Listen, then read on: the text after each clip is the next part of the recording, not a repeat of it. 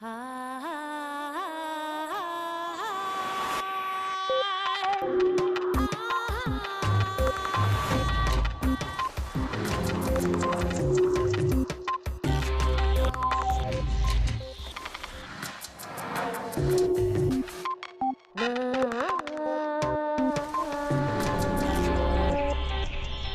educación está reprimiendo los talentos y habilidades de muchos estudiantes y está matando su motivación para aprender. Ken Robinson.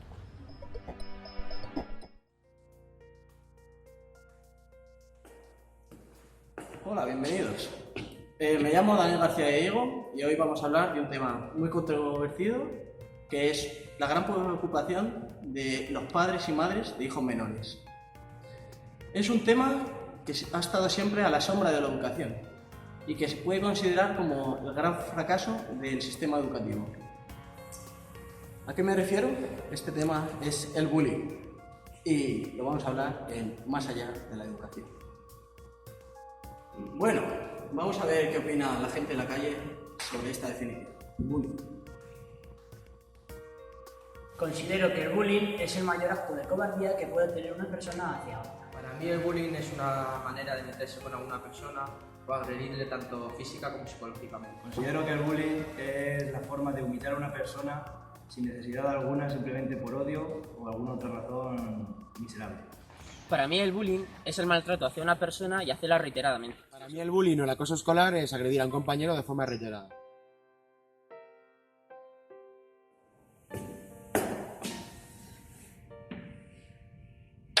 Bullying.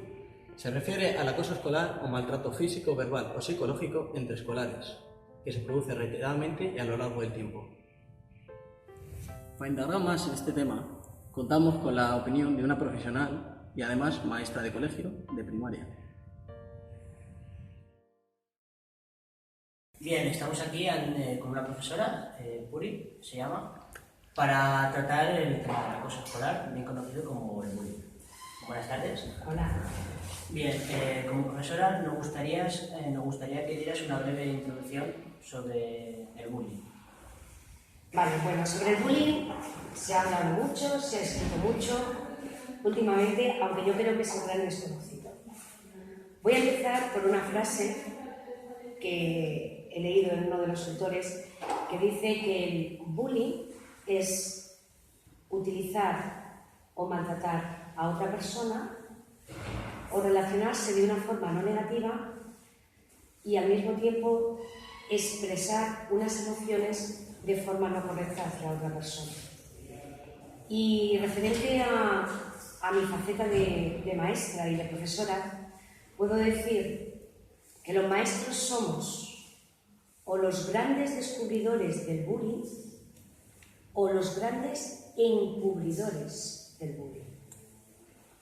Porque muchas veces dentro de nuestra labor intentamos que los alumnos en clase tengan un bienestar, que se sientan a gusto, que por supuesto no haya ningún compañero que le esté acosando, que es lo que podríamos decir bullying igual acoso, físico, social, psicológico.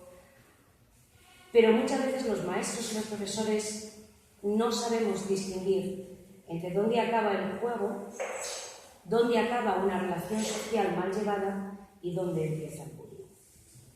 Sí, también porque yo pienso que más que nada es porque la persona que se siente acosada no lo suele decir, y menos un profesor, por miedo a que ese acoso vaya más.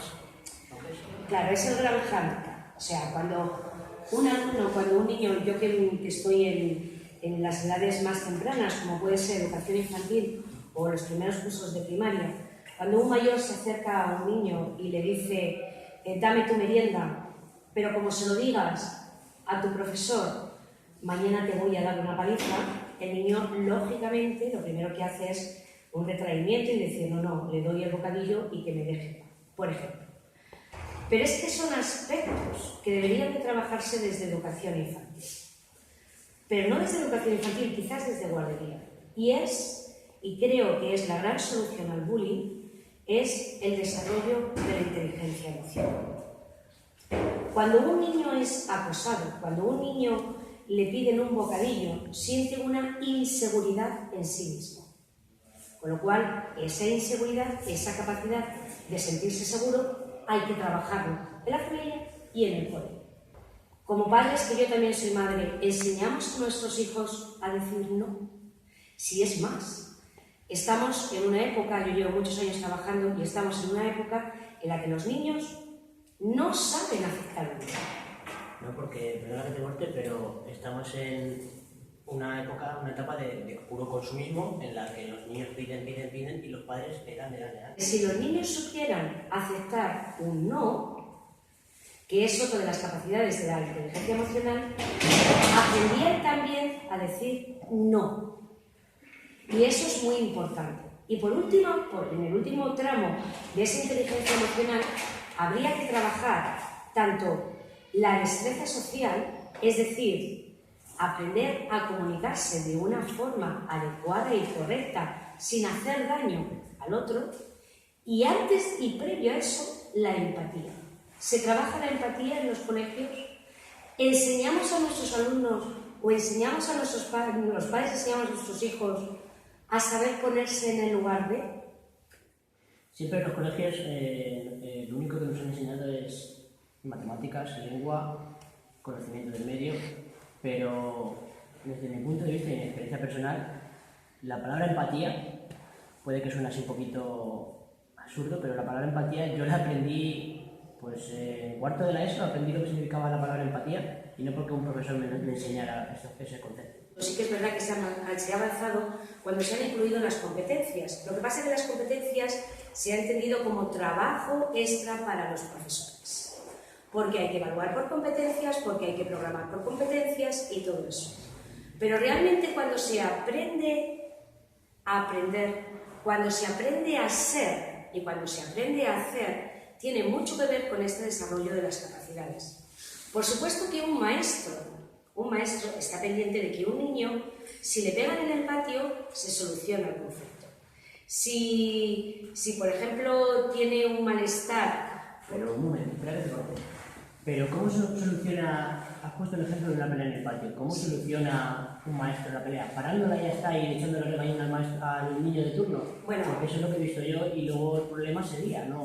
Lo que pasa es que la pelea que surge en el patio, en medio del patio y que el profesor puede verlo, realmente es el acoso, digamos, en menor medida, porque es el que se produce delante de cualquiera y por lo tanto enseguida podemos verlo. El real bullying y el más peligroso es el que se produce en el rincón del patio, en el rincón del servicio o en el rincón de un parque donde ahí ya no están los ojos, porque no tenemos nada más que dos, donde no están los ojos del profesor que pueda cortar esa situación. También es verdad que a veces los profesores actuamos mal. Yo soy la primera que lo reconozco, actuamos mal, porque muchas veces piensas que son juegos de niños. O cuando el padre viene y te dice, es que a mi niño le pegan, y piensas, jo, pero es que no pega a él, ¿no? E intentas solucionarlo, siempre de tu mejor forma. Pero vuelvo a repetir, si no educamos desde el interior del alumno, para que el alumno sepa comunicar de una forma positiva y aceptada lo que siente en ese momento, no vamos a conseguir nada. Porque el que quiere esconderse, el que quiere hacer una maldad, como en este caso, una maldad terrible, una lacra terrible para la educación, como es el bullying, no lo va a hacer delante del profesor. Se esconde. Claro, ahora con las redes sociales tenemos más facilidad porque encima son tan bobos que lo graban y lo cuelgan en YouTube. Entonces puedes tener más pruebas. Pero el bullying ha existido siempre. Yo recuerdo cuando era una niña y te hacían el pasillo de darte la collejita detrás de ahí en el cuello, ¿no? Son situaciones que hay que abordar, pero hay que abordar desde la educación.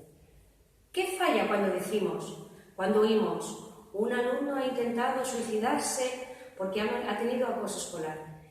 Y decimos, es culpa del sistema. ¿Pero quién somos el sistema? ¿Dónde está el fallo? El fallo está desde la familia, desde que nacen, desde que los niños son súper egocéntricos, a pesar de que lo tienen que ser, pero súper egocéntricos. No saben aceptar un no porque no se les ha dicho no. Han estado súper protegidos y además se ha intentado que los hijos no sufran, con lo cual no han aprendido a tener experiencias negativas. Desde esa parte, que es la parte de la familia, y que muchas veces no saben cómo hacerlo, hasta la parte del profesorado, donde, como dice Mayer, tiene que estar dentro del currículum todas esas competencias que hagan a nuestros alumnos que tengan que se conozcan a sí mismos, que conozcan sus debilidades, sus defectos y sus virtudes. Lo que pasa es que también hay muchos tipos de acosadores, pero te vas a asombrar con lo que voy a decir. Yo considero que el acosador también es una víctima, porque cuando nosotros hemos podido ver el fondo de ese acosador, hemos descubierto que también es una desgracia. ¿Qué ha hecho? Pues porque normalmente vienen de situaciones sociales muy desestructuradas. O su padre ha sido un acosador hacia él.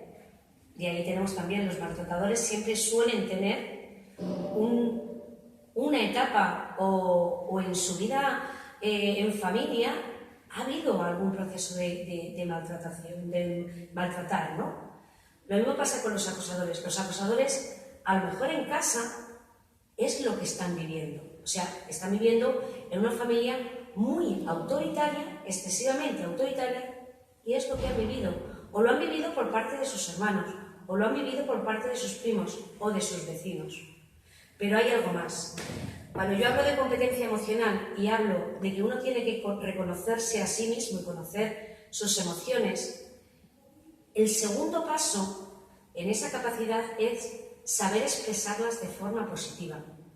Y positiva quiere decir sin hacerse daño a sí mismo y sin hacerse daño a los demás. Entonces, estos acosadores tienen una rabia interior, tienen un malestar, tienen un cúmulo de emociones negativas creadas dentro que no saben expresar de forma adecuada. Y al no saberlo expresar de forma adecuada, utilizan un camino que les sirve de barrera para no mostrarse tal y como es. Porque creen que es una salida a los problemas que tienen, el sentirse el gallito y ser el que manda, o si yo hago que tú te sientas mal, Yo me siento bien.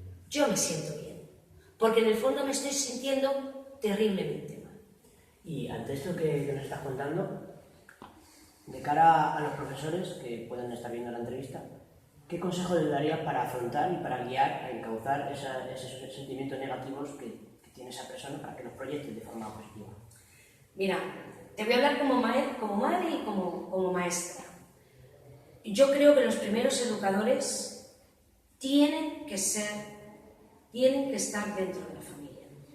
Cuando oigo la frase de ¿pero qué mal te educan en el cole? ¿O qué niño? ¿Pero qué te enseñan los maestros? Cuando no pasan apenas tiempo con los profesores. Efectivamente. Aunque trabajemos, aunque tengamos un horario de mañana, tarde y algunos de noche, yo creo que el primer agente educador es la familia. Y la familia está absolutamente abandonada por parte de la administración. ¿Qué quiere decir esto? Existen las escuelas de padres en los mejores centros que existen escuelas de padres, pero justo van a esas reuniones los padres que no lo necesitan.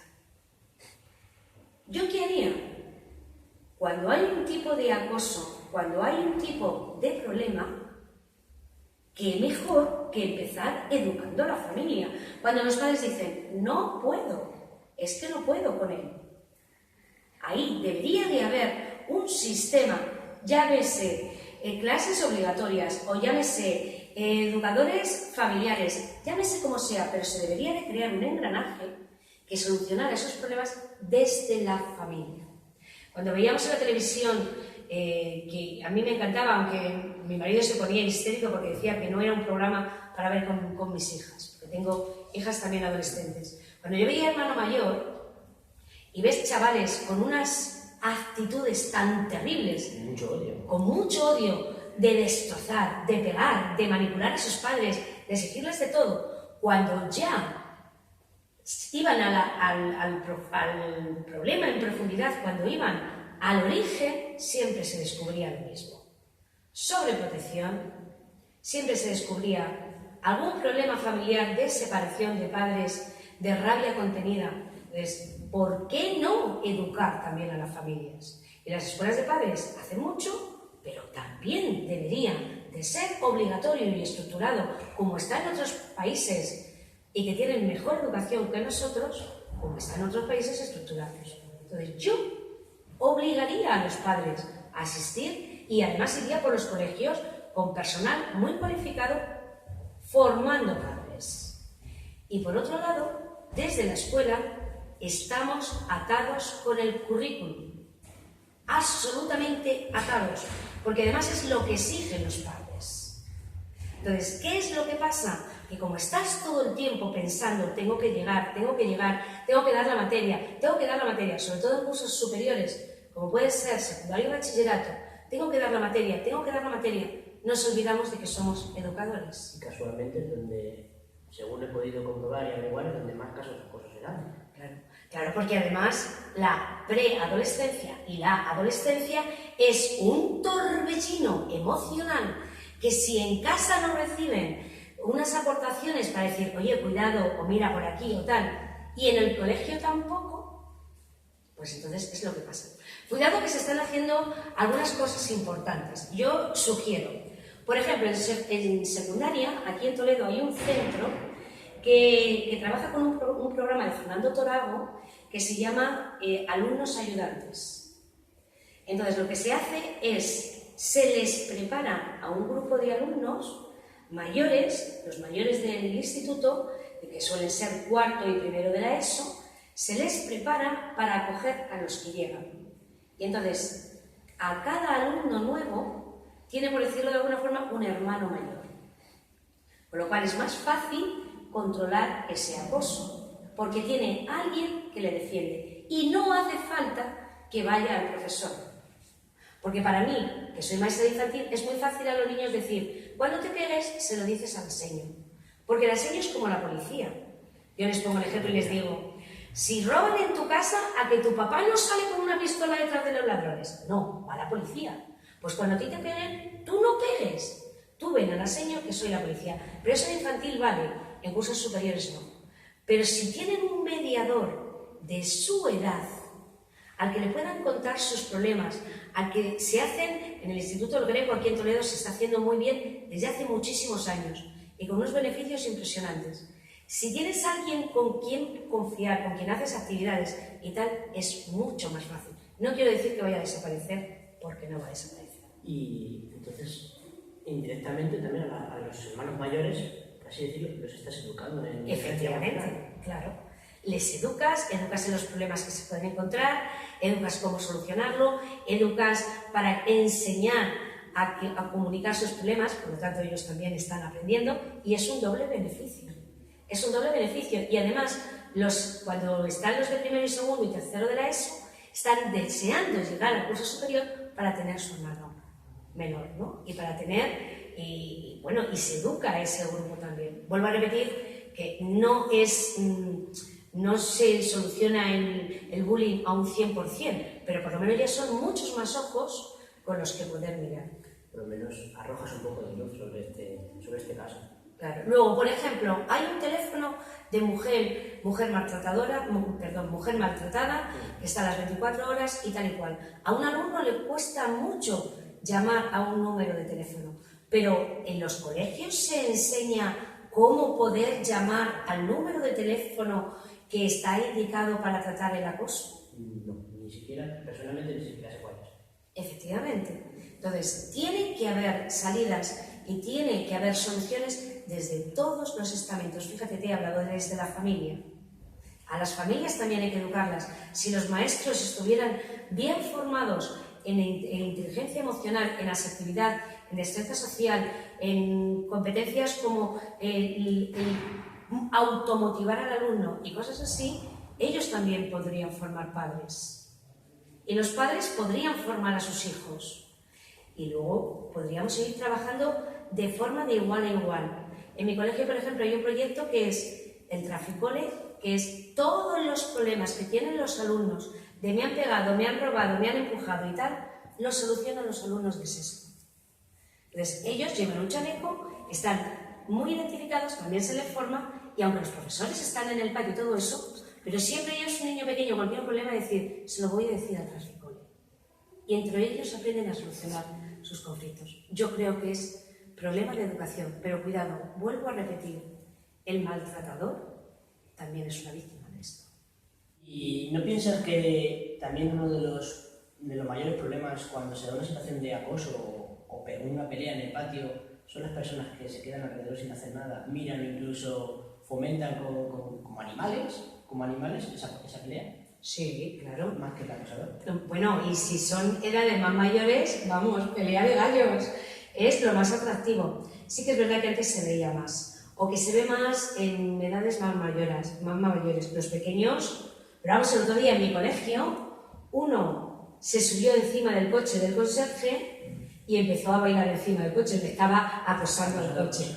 Pero lo más gracioso es que todos alrededor estaban dando palmas para que saltara al ritmo de las palmas. Sí, a mí cuando veo una situación, cuando estoy ante una situación así, me viene a la imagen, no sé, el típico grupo de simios que están ahí y venga, ¿no crees que es un poco un atraso para...? Claro, pero ¿sabes lo que pasa? Esto depende de la teoría social. Y la teoría social nos habla del endogrupo y del esogrupo. ¿Esto qué quiere decir? Que cuando no tiene nada que ver contigo, intentas pasar de largo. ¿Cuántas veces hemos visto en la televisión imágenes de alguien que se ha caído o alguien, bueno, quizás si se ha caído y es una persona mayor, bien, pero por ejemplo, una persona que va ebria se cae en mitad de la calle y se puede quedar allí porque nadie le ayuda. Y se ríe la gente. Y la gente se ríe, incluso ya lo más es que podamos, como se han dado casos en España, de rociarle con gasolina y prenderle fuego. O sea, que bueno, que eso fue un no más, pero efectivamente existe. Por eso, porque digo, porque tenemos la necesidad los humanos de pertenecer a un grupo. Entonces, yo no pertenezco a esta pelea, yo me retiro.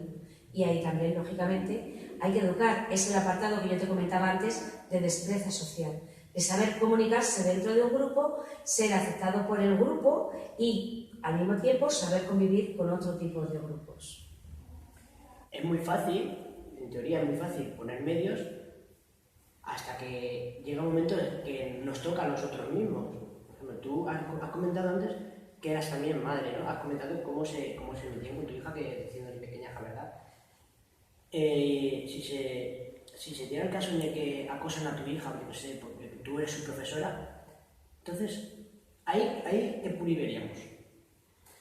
¿Cuál saldría, la madre o la profesora? ¿Cómo actuarías ahí? Bueno, yo, porque mis hijos... cuando te toca de lleno, sí, sale el sentimiento antes que la razón. Sí. No lo dudes. Efectivamente, también es muy difícil. Tú dices, ¿es fácil poner soluciones? No. Es lo más difícil del mundo. Yo siempre, en la primera reunión que tengo con los padres de mis alumnos, les digo que ser padre es lo más difícil de este mundo. Pero lo más difícil, hay veces que a mis hijas mayores les digo, desde luego con vosotros la pedagogía me sirve de poco. O sea, lo tiraría a la basura. ¿Es difícil? Sí. Terriblemente difícil. Pero desde todos los estamentos, vuelvo a repetir, hay que luchar contra el bullying. Desde la educación infantil, desde la educación de las familias, desde inspección, desde las administraciones educativas, desde el gobierno, desde la sociedad en sí, hay que luchar por el bullying. A mí lo que me da mucha rabia es lo que has dicho antes, o sea, es el gran desconocido es el problema más desconocido que hay en toda la educación. Me da mucha rabia cuando veo la tele y veo anuncios típicos del tabaco, del cáncer, el tabaco fumar puede matar, si bebe no conduzcas, tal. No veo ningún anuncio sobre el acoso, en contra del acoso escolar. Y claro, esta entrevista es para arrojar un poco de luz y decir, coño, es que esto es muy importante porque estos acosadores, incluso los acosados, son nuestro futuro. ¿A dónde vamos si no nos cuidamos, no? Y bueno, darte las gracias por habernos dedicado tu tiempo y nada, ha sido un placer y yo creo que esta entrevista va a poder servir a mucha gente, puede servir a mucha gente. Bueno, eso espero. Ahora si quieres, mira, te enseño la facultad, donde aquí se forman los futuros maestros y donde intentamos un poco también crear toda esta forma de...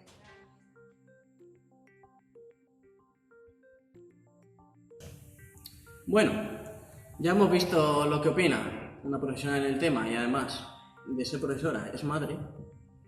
Y ahora vamos a ver lo que opina una persona que sufrió en su niñez este tema, este asunto, el bullying.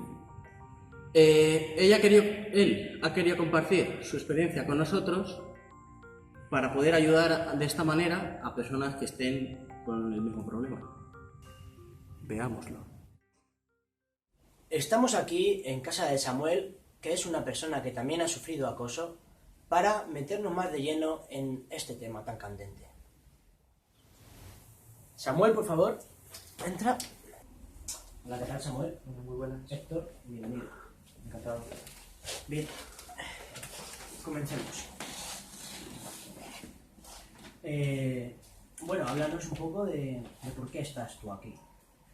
Bueno, yo hace bastantes años sufrí acoso en el colegio y la verdad es que ahora quiero contar mi situación para que personas que estén sufriendo o hayan sufrido algún tipo de acoso puedan pelear contra eso y ver que nada está perdido y que se puede salir de ello. Lo primero, antes de nada, me gustaría aclarar algo, ¿vale? Estamos aquí no para decir palabras bonitas. Te voy a hacer preguntas comprometidas que necesitarán respuestas que vengan desde tu interior, porque así es como llegamos al interior de las personas y quizás pueda servirle de ayuda a los demás. Bien, comenzamos a analizar tu caso de acoso. ¿Cómo crees que empezó todo esto? Fue hace bastante tiempo cuando pasé del colegio a la ESO y perdí a mis 5 únicos amigos que tenía. Yo creo que fue por el simple hecho de que ese verano cambió mi aspecto físico, la verdad es que no me controlé mucho y pues engordé bastante y coincidió con que me pusieron gafas. Como podrás imaginarte, fueron momentos duros en los que pasas de poder tener amigos a no tener absolutamente a nadie. Y esos fueron los comienzos de esta situación. Perdona que te corte, pero yo, desde mi punto de vista, ya que somos personas adultas, ¿no crees que más que un cambio en tu aspecto físico, no puede ser como un cambio en su personalidad, en su forma de pensar, en su madurez, una falta de madurez? Ahora, cuando ya eres mayor, te das cuenta que efectivamente eso es una falta de madurez por parte de las personas, de no juntarse con personas cuyo aspecto físico no mola, no es guay. Y efectivamente, como tú has dicho, esa falta de madurez hace que haya personas así en este mundo, por desgracia. Y para aterrizar un poco todo esto de lo que estamos hablando, ¿me podrías decir cuándo exactamente, o sea, cuál fue la primera situación en la que dijiste, coño, se están pasando conmigo, esto ya no es algo puntual, o sea, me están acosando? Posiblemente fue cuando de las risas hacia mí pasaron a los golpes. Eso que dices es un poco fuerte. Es un poco fuerte, pero en ese momento fue cuando dije, esto ya no es broma. Esto que está pasando ya no es broma y me está doliendo. O sea, no es algo de lo que me ría. ¿De qué dolor hablas? ¿Forma física? Forma física. Pero yo creo que cuando peor lo he estado pasando ha sido por el acoso psicológico. El llegar y verte solo, en el que nadie te habla, nadie quiere quedar contigo. Esos momentos son incluso más duros que los golpes. Pero a la pregunta que tú me has hecho de cuándo me di cuenta, fue cuando se pasaban conmigo en el sentido ya no solo de reírse de mí, sino de llegar a golpearme, de llegar a hacerme zancadillas, ese tipo de abuso. Y con lo de zancadillas y golpes, ¿estás haciendo alusión a ese vídeo que se ha vuelto viral en las redes sociales? Sí, efectivamente, me refiero a ese tipo de vídeo. Bien, si no te importa, vamos a poner ese vídeo tan famoso, tan viral, para que la gente conozca más de lleno tu caso y coño, conozca más a ese Samuel. ¿Te parece? Vale. Vamos al codere. Vamos al codere. ¿Y friki? Friki, ¿dónde ¡Anda, payaso! No está lloviendo, quítate la capucha. ¡Gordo! ¡Empieza, gordo! Comes mucho, ¿no? Te da mucho tu mamá. No me jodas a tus hermanos, ¿eh? Vaya cabeza ¿Eh? Anda, dame la cartera, no seas tonto. La cartera. Vamos, ¿Cómo ya te traes más, eh? ¿Qué te pasa? Que no mires, hagas coño, así. que mires a mí. Es un empollón. Mires. Anda, vete. Que no le tira. Pollicao. Pollicao. Gordo. Uf, es un poco duro, ¿no crees? Sí, y sobre todo cuando pasa todos los días. Me estás diciendo que esto no es un hecho puntual, sino es diario. Ha llegado a tal punto que era diario, diariamente, ya fuese maltrato físico o psicológico en el sentido de insultarme, pero todos los días sucedía. Y ante esta situación que nos estás contando, ¿qué sentimiento aflora en ti? ¿Miedo? ¿Rabia? Sentimiento de soledad más que nada. El no sentirse apoyado por nadie es muy duro. Cuando ves que alguien se mete contigo y las demás personas no hacen nada, y es más, incitan y se ríen y la animan, son momentos duros en los que te sientes solo. Pero yo lo que no entiendo, y perdona mi ignorancia, es cómo ante una pelea nadie interviene para separarla. ¿Por qué crees? Porque lamentablemente a esas personas les hace gracia. Pero ¿cómo le va a hacer gracia el daño físico?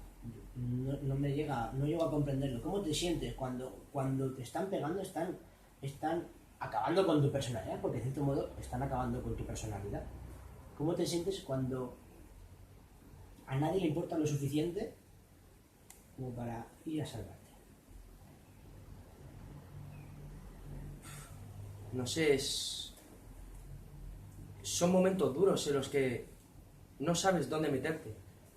No sabes qué hacer para no llegar a casa reventado. Y encima, intentar que tus padres no se enteren. Pero ¿y por qué no acudiste a nadie, por ejemplo, a tus padres? ¿Por miedo? Yo creo que no era miedo. Era simplemente el que cuando te ves solo frente a estas cosas, llegas a tal punto en el que no quieres involucrar a nadie. Vas y que pase lo que tenga que pasar. Al final, siempre tienes un poco de esperanza, pero por desgracia muchas veces no llega. ¿A qué te refieres con que a veces esa esperanza no llega? Es duro, pero en mi caso he llegado a plantearme el suicidio. Si te soy sincero, y me suele pasar pocas veces, me has dejado sin palabras, pero bueno. Gracias a Dios, como podemos ver, no lo llevaste a cabo. Me gustaría saber qué es lo que te hizo salir adelante, qué es lo que te hizo no rendirte. La verdad es que en esos momentos se te pasa todo por la cabeza. Todo lo malo que te ha ido pasando a lo largo de ese tiempo, todas las personas que se han reído de ti, todas las personas que han abusado de ti, esa soledad, todo se te pasa por la cabeza. Son momentos muy duros en los que creo que no llevé a cabo esa acción porque tenía esa ligera esperanza que te he comentado antes, pero era una esperanza mínima y aún así la tomé. Decidí no llevar a cabo eso y al cabo de los años he podido superarlo y gracias a esa decisión hoy puedo estar aquí. Has estado hablando de la esperanza. Los niños, en la edad en la que tú sufriste ese acoso, tienen sueños. Bien quieren ser futbolistas, cantantes, jugadores de baloncesto, astronautas. ¿Cuál era tu sueño? Mi sueño era este. Precisamente este. El poder estar aquí sin sufrir ningún tipo de abuso. El haber podido salir de esa situación. Ese ha sido siempre mi sueño. Y entonces, una vez alcanzado tu objetivo, con mucho valor, si tu acosador entrara por esa puerta, arrepentido y pidiendo disculpas, ¿qué harías? ¿Le perdonarías o le dejarías cargar con la culpa para que se sintiera, en cierto modo, como tú te sentiste? Creo, sinceramente, que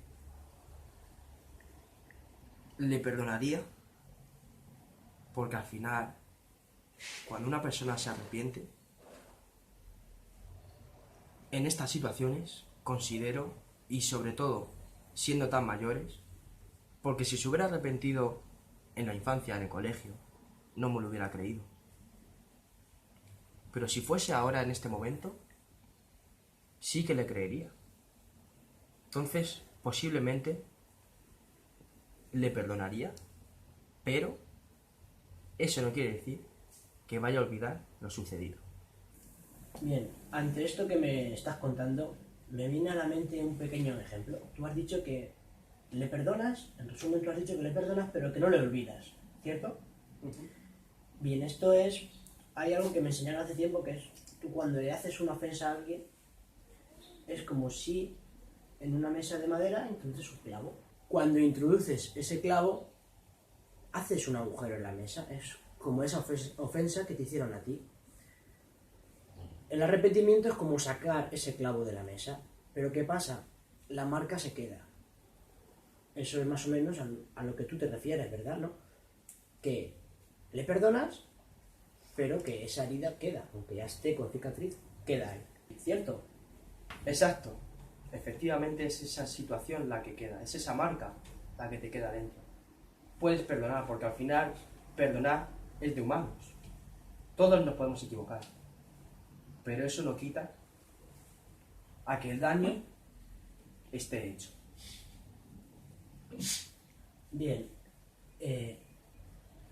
¿cuál crees, ahora que estamos rememorando este caso, cuál crees que fue la peor broma que te pudieron gastar, el peor momento de ese acoso que te hicieron? Fue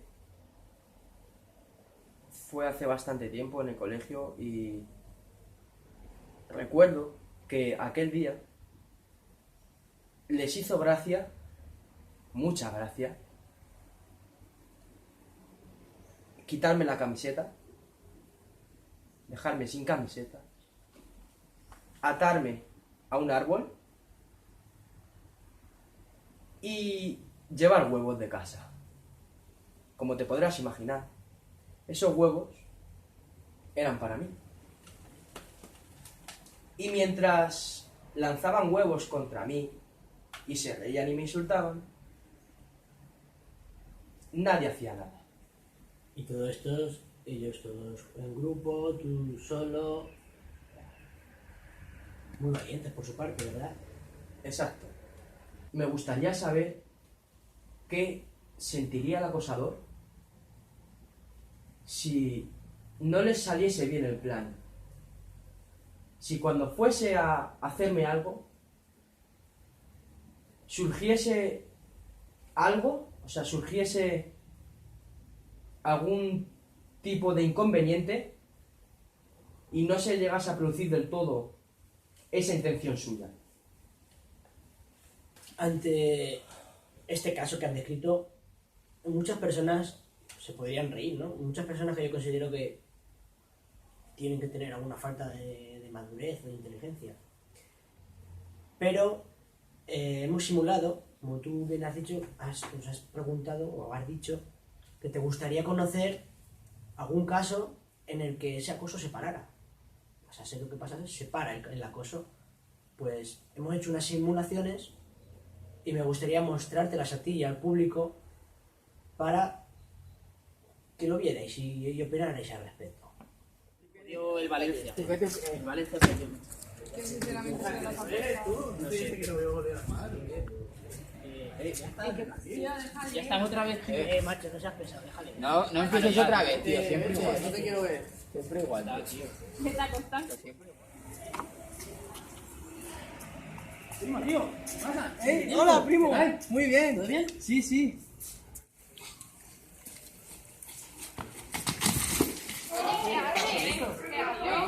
Oye, no, déjalo, ¿qué le tiras? Se ha caído, ¿no? Se ha caído, pero que te dices que no somos tontos.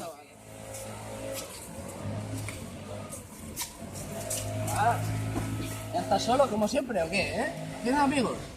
¿Qué te pasa? Que me mires, coño. ¿Qué pasa? Mírame. Ah, mira. Devuélvemelas. Devuélvemelas. Te las voy a dar, ¿vale? ¡Que me las devuelvas! ¡Estoy harto ya de ti! ¿Sabes? Una vez vistas estas simulaciones, más que un mensaje de esperanza, ¿no crees que es más una llamada a la recapacitación para aquellas personas que están ajenas a la pelea, para que intervengan y puedan formar parte de ese stop al bullying?